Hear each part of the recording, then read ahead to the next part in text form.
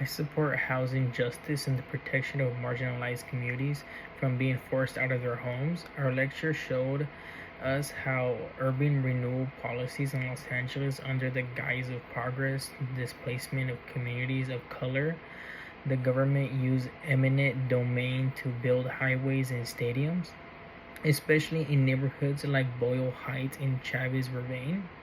These actions prioritize city aesthetics over and profit over the lives of the working class Mexican, Japanese, and Chinese families. The goal wasn't just to improve infrastructure, it was about power. Racism influenced control over land, resources, and opportunities, which increased segregation and caused environmental damage. I constantly see new apartments projects being built and they are being marketed as luxury apartments, and to me they always seem empty.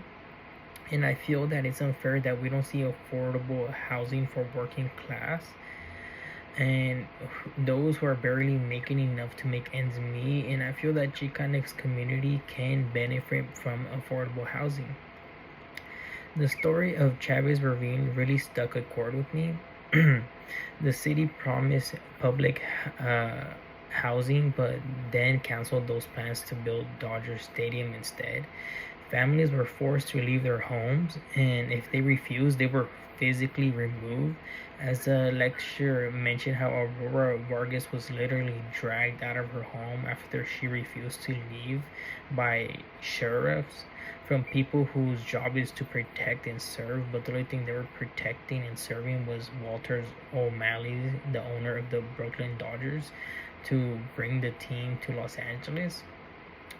What makes it even more heartbreaking is that there's documented pictures of the process of Aurora being carried out, and the other images you see children crying, their face of being scared, and members of the Archinga family outside their home after the eviction, and a land where vibrant communities thrive was turned into a site for entertainment and progress and profit. It is chilling. It's a chilling example of how state power can ignore the right of communities, and it made me reflect on who gets to use space and who is considered disposable in urban development.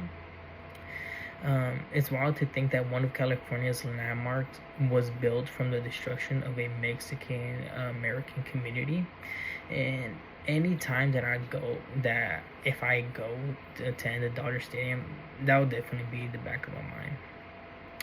And from the farm worker movement led by Dolores Huerta and Cesar Chavez, I learned that working together is a strong way to create change. Their success in organizing laborers and getting fair wages through the United Farm Workers showed that community-based resistance can challenge even the toughest systems. Farm workers are the backbone of our community's food supply. They have one of the hardest jobs as they engage in back-breaking manual labor on agricultural fields every day to make sure that our grocery stores and our dinner tables are stocked up with fresh fruits and vegetables. And that is why it's important that we do our very best to help farm workers and meet them where they're at. The symbolism of the UFW flag, a Mesoamerican eagle on a red background, reminds us of cultural pride. Huerta continues advocacy against ICE raids and discrimination proves that the fight for justice is ongoing and constantly reoccurring.